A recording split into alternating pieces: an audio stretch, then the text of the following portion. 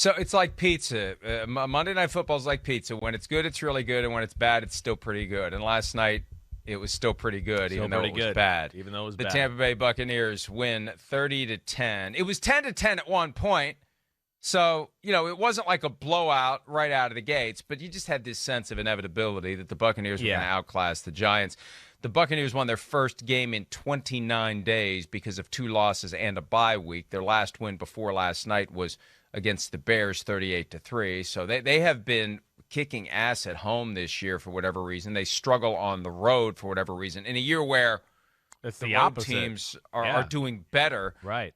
Something about the place where they won their Super Bowl. Maybe every time they're back in that, you win a Super Bowl in a place, every time you're back there, you think about this. I don't know. Maybe Good I vibes. hadn't thought of that. Yeah. I hadn't thought of that. Right. We won our Super Bowl here. The ultimate crowning achievement. Every time we're back here, it's a reminder that this is where we won a Super Bowl. I don't know, because we've never done this before. There's never been a team that won a Super Bowl in its own stadium or even played in a Super Bowl in its own stadium to have to show up every game the next year. But maybe there is something to that. Yeah, I don't doubt that. I mean, I've heard ex-players who win a Super Bowl in another stadium talk about when they go back to that stadium in a regular season matchup, a year or two after, they do say, like, hey, I love this place. I got good memories. It's good vibes. So there's probably something to that in the psychological manner in which you approach the football game.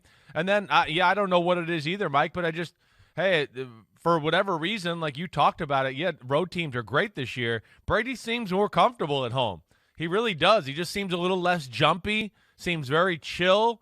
I don't know if it's just, again, the atmosphere. The crowd noise, lack of that on his side of the ball. A lot of times, too, if you got a really good offense with a good coach and a good scheme, you can do a little more at the line of scrimmage to make sure you're in the right play, in the right situation all the time.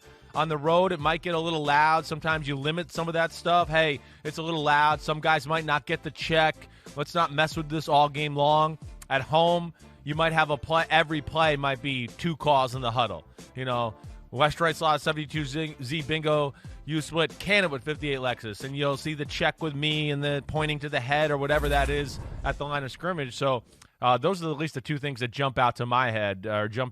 But certainly a really more impressive team at home this year for sure. And if you could only spit those plays out 18 years ago, I would have been a lot better. Up your butt all the time. I still love that clip of you trying to get the play out. But that's part of getting comfortable to the point where you can do it and you can make it happen and you can make it go. And he is comfortable at home. And he avoided the first 3-game losing streak that Tom Brady would have had since 2002, which is just amazing that it's been that many years without losing 3 in a row. It's a testament to him and it's a testament to teams for which he's played. But it just – and look, when they are clicking, when they are on, they are unstoppable. Now, the problem is – they and other teams that look great from time to time are periodically not clicking. And that's been the big issue with the Buccaneers this year. But if they ever figure it out, if they get it this weekend when they play the Colts in Indianapolis, or otherwise on the road, and their schedule down the stretch is not daunting. If they get hot and they carry that into the postseason like they did last year, and they have that going every week, and that defense that swarms to the ball, no matter what you try to do, they just swarm to the ball. It's going to be hard to keep them out of SoFi Stadium for Super Bowl 56. Yeah, agreed. I mean, 7-3, this is the time, really good teams start to turn it on. There's no doubt. We saw that around this time last year. This team, like you talked about a little bit already, I do think they have a self-confidence and belief in themselves that when it's really on the line or when they really need to, they'll be able to step on the gas pedal and go, and we'll see if they can get hot here. Of course, they're one of the most talented teams in football, and they're just starting to get healthy. So I think that when you look at that, the stars are aligning for them to make a move, let alone like you talked about.